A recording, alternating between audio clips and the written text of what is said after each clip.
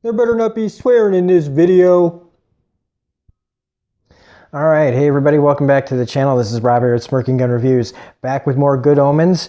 So it's day 3 that it's been on, and it's on episode 3. It's called Hard Times. So full spoilers if you haven't seen this episode. This was nearly this had a 29-minute cold open. This has got to be a record. And in those 29 minutes, I would have called this one of the best written episodes of television of the year. And it's still really well written throughout it. But if they had just kept on going with that momentum, I'm just going to say it right now. When they switched over to the present, it really took me out of it. Because it was like I was following this story that they were telling of all the way up to, that it felt like it should have been its own episode. It's just a minor gripe. I love this episode. This is my favorite episode of the season, or the series so far. I just feel like, though, why didn't they just, like, Amazon is not afraid to take chances with their episodes. If this episode only needed to be 29 minutes long, then they should have just made it 29 minutes long and then done the next episode, the next part, where he hangs up the phone. That's all I'm saying.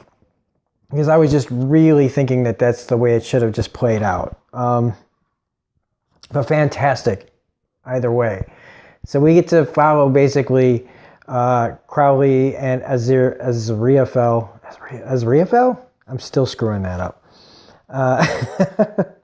Like throughout the years and the centuries and centuries of time, which really, as I'm watching them go through this, I'm like, this is why I want to be immortal, man. I could just hang out and like just dip out and see different sides of the world.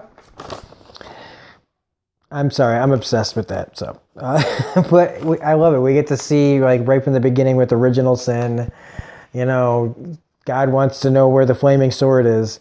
And ever since then, it kind of feels like, God just decided to just kind of leave Azrael just on Earth and be like, you done messed up.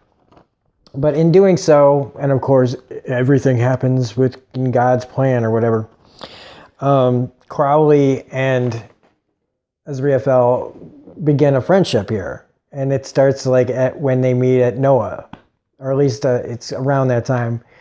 And just this whole bit, man, is just so well written and funny and tongue-in-cheek. The unicorn that runs off, the whole thing about God flooding the whole world, and then showing a rainbow to let everybody know that I won't flood the world again. Like, the look on Crowley's face, like, wait, so he's going to kill all these people, then just have a rainbow to show he's not going to do it again? It's all really funny. The crucifixion. So he shows up, they're at the crucifixion. I love that Crowley thinks that Azrael would be like kind of happy about this.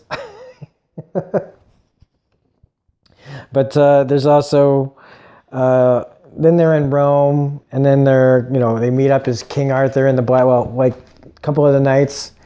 One's the Black Knight, and Azrael is like a Knight of the Round Table. And basically this is where Crowley comes up with the idea for them to like kind of like work together, because nobody's paying attention. Nobody's minding the story. They don't care what's going on. And I love that basically it's like Office Space with angels and demons, just with using their actual powers. It's all so mundane. I really, really like that. But, again, Azrael doesn't want to really do anything. And then we get to this part. Come on. How fucking cool is he? He's so goddamn cool in this whole show. But in this, you get to see, Shakespeare. I love that, he's just so excited to be doing stuff and showing like how Shakespeare was much thought of to be what do you call that? Well, he's a thief, basically, is what they're not really alluding to.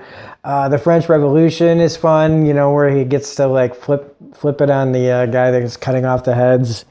Yeah, they're getting kind of carried away, aren't they? What they're doing is really efficiently cutting off a lot of people's heads.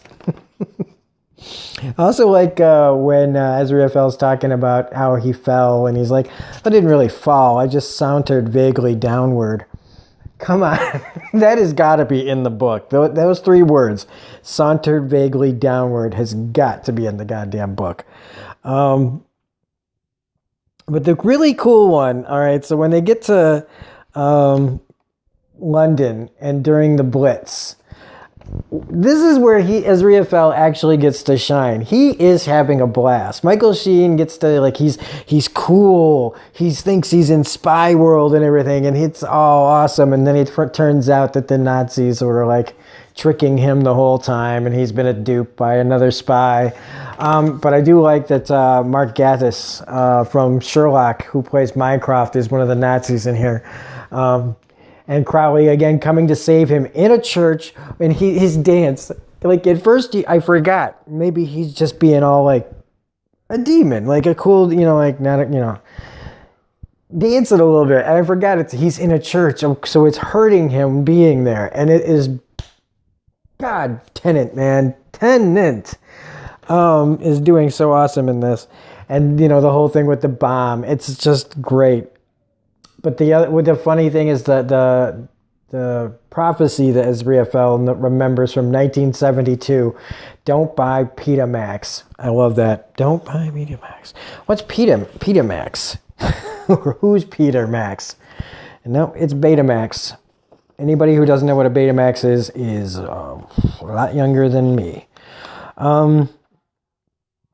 But then, they do the London, it's 1967, and he gives him the holy water that he'd always been wanting. And I was like, okay, we get to see this full, like, long relationship, but we only get to 67. We could have just done more of this for the episode. I'm sorry. I'm hung up on that, even though this is such a well-written episode. Every little scenario and every time period that they go in is so well thought out, and just enough, like, tongue-in-cheek, poking fun at everything is really, really great.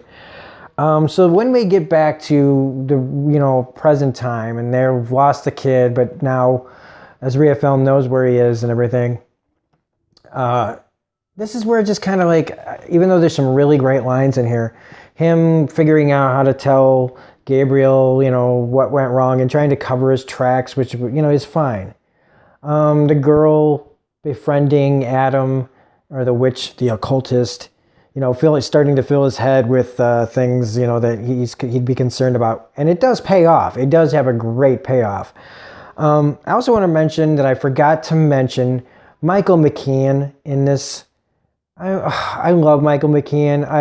And not just because of Better Call Saul, but just, he's been great forever. And him playing Shadwell is really, really cool. I also like the term fatty spliffers. That the guy accuses the occultist of being, like, a person of interest in that, then she pisses him off and he goes, why don't you go smoke your fatty spliffers? That was good. I need that on a t-shirt. Something like, I need to go somewhere to smoke some fatty spliffers. In this episode, we also meet Famine. Ooh, I love this concept that he opens a chain of food restaurants that serve no food. And that Elvis is working the grill. But somehow Elvis is talking about making cheeseburgers, so I don't know what's going on here. But I also like the weather pattern over where Adam is. Or is that the witch? Or both? That the witch hunter Percival, now the present day student witch hunter, is noticing the weather patterns, and all roads are leading back to Tadwell or whatever that's called that they're heading to. Taddington? I don't remember. So, like, Crowley's got Shadwell working for him. Aziraphale has him working for him. They're all going to the same place. Basically, when one wants the other to do the other thing and the other one says no, they've been sending this guy out. It's hilarious. And oh yeah, his men, Sergeant DVD, Agent Lamp, Agent Funko Pop. When he's sitting there, gotta get Sergeant Table or Lieutenant Table and Sergeant Pepper. It was great. Like, he's really trying, like, he really thinks that they're buying it too, because he just keeps coming up with new names. And I like that God mentions the fake names too, like Agent Cabinet, Agent Milk Bottle, Deceased, or something like that. So this is all starting to be really good. And in the end,